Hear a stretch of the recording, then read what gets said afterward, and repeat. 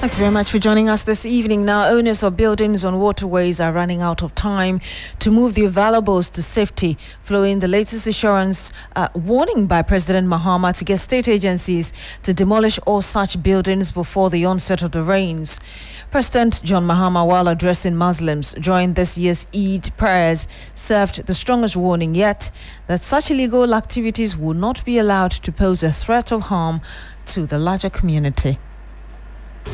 I must address a deeply troubling issue: the illegal construction of buildings in waterways, causing flooding and extensive destruction of property. As we know, the rains are about to start, and already we can see flooding because people have built and blocked the rivers, and so the rivers have nowhere to go but to back up. This reckless disregard for planning regulations and environmental safety is a major contributor to the devastating floods that continue to plague our communities. I'm aware of instances where private businesses, colluding with some chiefs, are turning water retention areas, ramshackle sites, into built-up zones. Let me be clear, this must stop. Those structures will be pulled down. We will not allow a few selfish individuals to endanger the lives and livelihoods of countless others. The law will be enforced, and those who flout it will face the consequences. My brothers and sisters, building a better Ghana requires collective effort and shared responsibility. And on this day, I want to take the opportunity once again to call on our brothers and sisters in Bawku to give peace a chance. On this holy occasion, where we celebrate the feast of al-Fitr after the holy month of Ramadan, my brothers and sisters in Bawku, let us give peace a chance. Once again, I extend my warmest wishes to all Muslims in Ghana and all over the world. Eid Mubarak. Assalamu alaikum wa rahmatullahi ta'ala wa barakatuh. Our youth are the ones who will shape the country's destiny. Allow your faith to guide you, but also let your education and hard work serve as the tools that empower you to build a brighter future. So it is important to be a faithful Muslim, but it's also important to be an educated Muslim. As leaders, we will do our part to create an enabling environment that gives young people the opportunities that they deserve. And it is my wish that our youth in the Muslim communities will take advantage of these opportunities. I urge our youth to rise above the challenges and remain committed to personal and national development. Ghana needs you now more than ever before.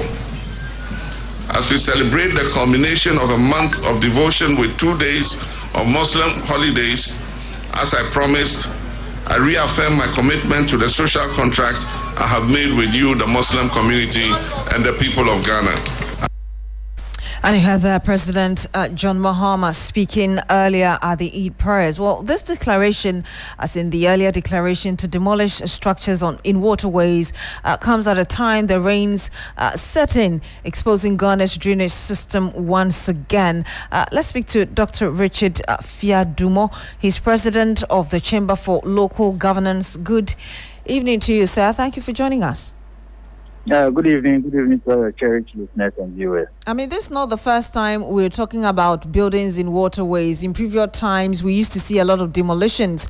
I'm just wondering what you think has contributed to this delay or, the persistence of it, causing huge floodings whenever it rains.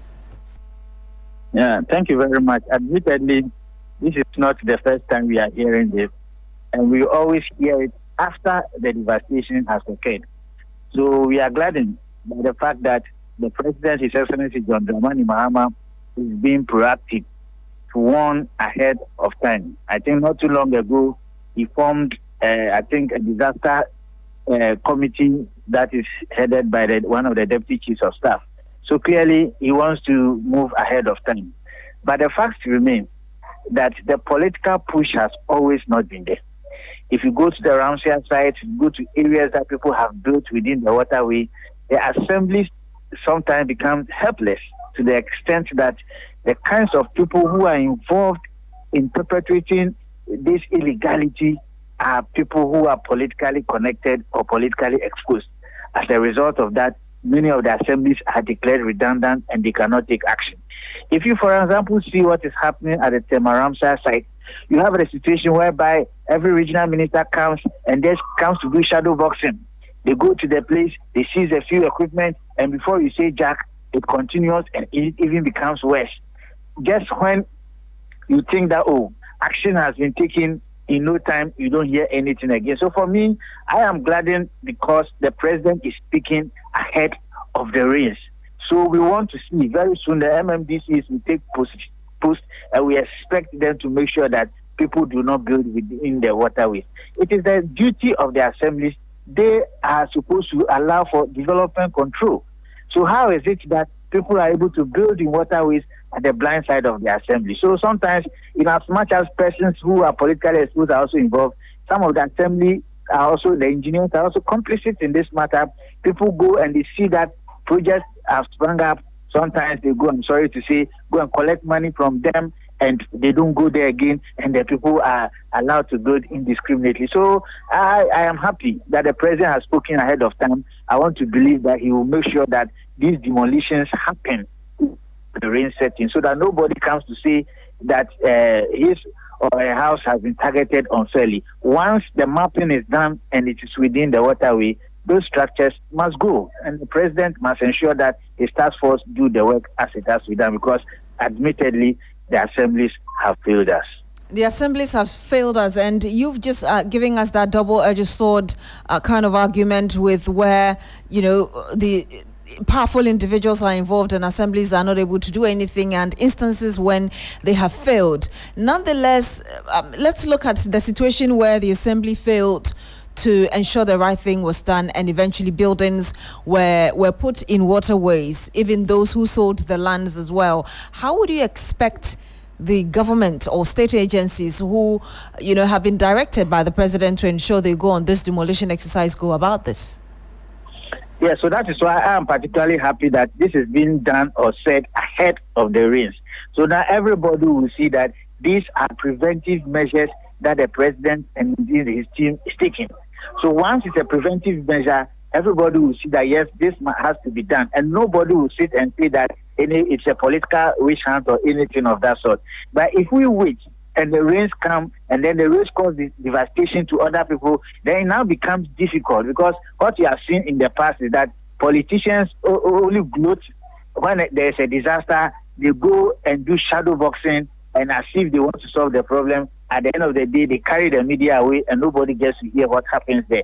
So if it's an action or activity that is going to happen ahead of the rains, that is where I see some modicum of seriousness on the part of the president, because we will not wait for it to happen. So once the president has spoken, I believe all those who must have to take action for us not to get to the stage where the president doesn't want us to get to, they will take action, because ultimately, if the president has spoken and those who are the actors do not act, it's possible it can cost them their job, and they will take it serious this time around. So that is why I think that the actors will take it serious. But only challenge is that we don't have MMDC at post at the moment who will be able to champion some of these things. But as we speak, the assemblies continue to run and operate.